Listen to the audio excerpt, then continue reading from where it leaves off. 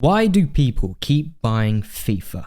Every year it's the same. FIFA gets announced, people complain about FIFA looking the same, no innovation, the same game, it's a reskin, they're charging full price, they're charging 70 quid for it, they're making next gen ports that aren't that good, PC versions is the old versions, every year it's the same. And yet, they all sell like hotcakes. Every year it's the same. FIFA, number one seller in the UK. FIFA, number one seller in the UK. Every year it's the same. So why is that? How is it possible? Is it a culture thing? Is it because the UK is obsessed with football? Yes, that's one of the factors. But one of the bigger factors, and it's probably the most important one, addiction. Addiction has always been a big talking point in the gaming industry, especially from, the news and all that don't understand how games actually work. Are gamers getting too addicted? Does addiction take over your life? Does gaming do this? Etc, etc. And in some cases, yes, addiction can take hold of people. Most of the time, it's in games like MMORPGs, massively multiplayer online games that last for years and years and years, even though you're playing it every single day. Yes, that addiction can take over, but with FIFA, how is it possible people are addicted to a game that is the same thing every single year? A game with no innovation, with no new ideas, with no new mechanics, with no new game modes, with no sense of progression. There's nothing here to get addicted to. Now, I'm sure you know where I'm already going with this. I'm going to microtransactions and loot boxes and, FIFA packs and all that stuff. But I think there is a more important underlying issue with it. EA is a massive company. I mean, they're like the most profitable gaming company on the planet, I'm pretty sure. They make some great games. I'm not going to sit here and say EA is a bad publisher, because most of the time, they're not. The majority of their games are actually good quality. A lot of the Battlefield games were good quality. The Crysis games were good quality. Star Wars games, most of them are good quality despite the loot box controversy with Battlefront 2. But with FIFA, these games are never good. They are not good games. They're like the bare minimum of what a game should be. Think of it this way. When you play a game of FIFA, traditional FIFA, where it's a 1v1 against another player or the AI, how much of this game are you actually controlling? You get to choose all your players, true, and you do control all of your players, but only one at a time. There are different mechanics that allow you to control every player on the pitch that is on your team, even when you're not in full control of them. But I really believe that EA's got some secret sauce in the code at some point. I mean, obviously, I'm not going to say it's scripting because they did prove that wrong. They did prove that there is no scripting in FIFA.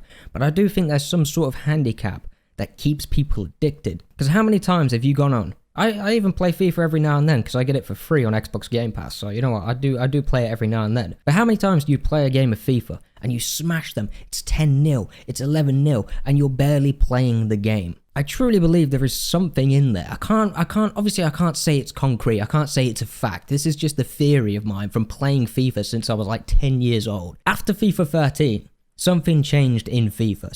Something switched up, specifically with Ultimate Team. Games felt artificial. They never felt like you were actually playing it in a sense. I don't know if I'm the only one that feels that way, and I'm talking to the people that aren't going to be die-hard fans of FIFA that hop in the comments and say, "Shut up, Jack.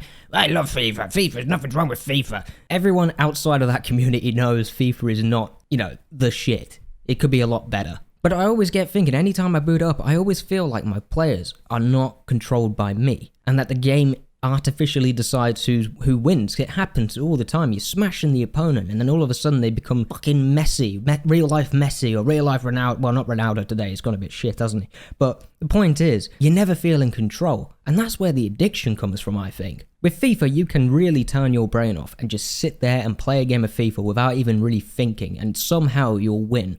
And that is a fucking secret sauce to your dopamine receptors. I'm not going to sit here and go on a rant about dopamine and all that crap. I don't really know enough about it. I'm not a fucking scientist. I got no GCSEs, bro. I'm from the UK. GCSEs is like our schooling system. When you finish school, you get a GCSE for like English or some shit. I got nothing. I didn't really care about it. I hated school. I didn't understand any of it. But I really think EA has got some sort of secret sauce for addiction in this game, because it doesn't make any sense to me apart from culture.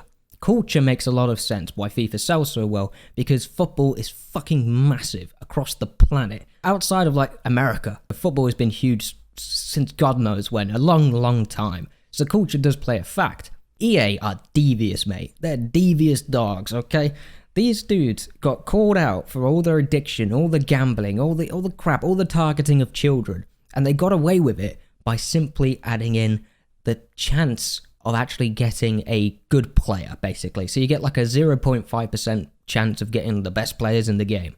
That's how they got away with it. And I don't get that. 0.5% chance, any kid. This game is rated free, by the way. You can be 3 years old and you're technically allowed to buy it. Technically. I don't know how they got away with it. And it's still going on. Every time I go onto YouTube, I don't watch FIFA videos. The only people I watch that used to play FIFA is the Sidemen, because I like the Sidemen. I went to KSI's boxing fight when Deji won against fucking Fuzi Tube, or whatever that guy's name is. So I don't watch FIFA videos, but every time it ends up on my recommended, every time I'm seeing millions of views, and every time you go into the comments, there's always clearly young kids like, oh my god, he packed a fucking player, oh my god, why, oh my god, I wish I was him, blah, blah, blah, blah, blah. So this is the target audience, and kids, I don't care what you say, kids really should never be targeted unless it's for like a child movie or something that doesn't involve any sort of currency spending, any sort of any sort of additional monetization outside of the product they're actually going to get the kids, you know what I mean? And I know what people say, well, don't let your credit card or your debit card or whatever go on your PlayStation or Xbox or PC or whatever. Kids find a way, man.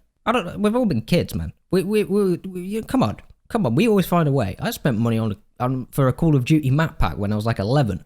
I didn't know how to get into that shit, but my cousin came over and said, here you go, here's the card, wee. But the point is, addiction is taking hold of pretty much most FIFA players, especially Ultimate Team players. And I know people will deny it because that's what addiction does. But the reality is, a lot of people that play these games are addicted, and it really shouldn't be going on. EA Sports games, are the only games in this industry that are so open about the gambling, about how it's all manipulated, how it gets you going, how it gets you addicted. They're so open about it, whereas games like, let's say the mobile games, Diablo Immortal, all that stuff, they have to go through so many loopholes to add in microtransactions that are so exploitative, so manipulative, so addiction focused, that they spend tons of marketing money to get it out. But EA, for some reason, gets a pass.